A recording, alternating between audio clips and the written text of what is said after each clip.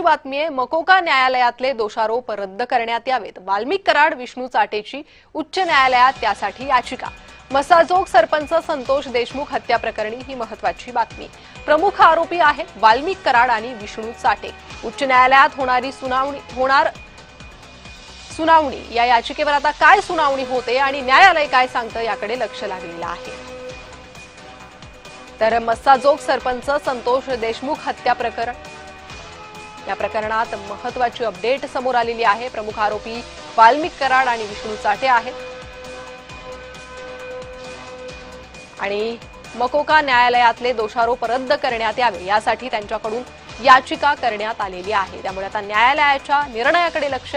वाल्मिक कराड विष्णू चाटे जे या प्रकरणातील मुख्य आरोपी आहेत त्यांनी उच्च न्यायालयात धाव घेतलेली आहे। दोषारोपपत्र रद्द करण्यासाठी त्यांनी याचिका केलेली आहे। त्यामुळे आता या प्रकरणाकडे लक्ष आहे। गेल्या अनेक दिवसांपासून वर्षांपासून हे प्रकरण न्यायालयात सुरू आहे। न्यायालयात सुनावणी होते। न्यायप्रविष्ट प्रकरण आहे आणि या प्रकरणात जे आरोपी सध्या गजाआड आहे आणि या टोळीतले मुख्य आरोपी म्हणून समोर आले ते आहे वाल्मिक कराड विष्णू चाटे। त्या दोघांनीही उच्च न्यायालयात याचिका केली आहे। दोषारोप रद्द करण्यासाठी त्यांनी उच्च न्यायालयात धाव घेतलेली आहे। अमानुषपणे मारहाण करून संतोष देशमुखांची हत्या करण्यात आली होती। महाराष्ट्र या प्रकरणाने संतापला होता। अधिक माहिती घेणार आहोत आमचे प्रतिनिधी आमिर हुसेन यांच्याकडून। आमिर, अत्यंत महत्त्वाची बातमी आहे। मकोका न्यायालयातलं दोषारोप रद्द करण्यासाठी जे मुख्य आरोपी आहे संतोष देशमुख हत्या प्रकरणातले त्यांनी आता उच्च न्यायालयात धाव घेतली आहे। काय म्हणणं आहे?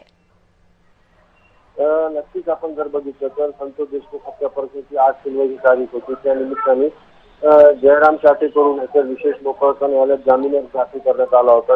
याच्या आधी सुद्धा जामीनअर्ज दाखल करण्यात आला होता, ते फेटाळण्यात आला होता। विशेष म्हणजे आता जयराम चाटे आणि वाल्मिक कराड या दोघांकडून एक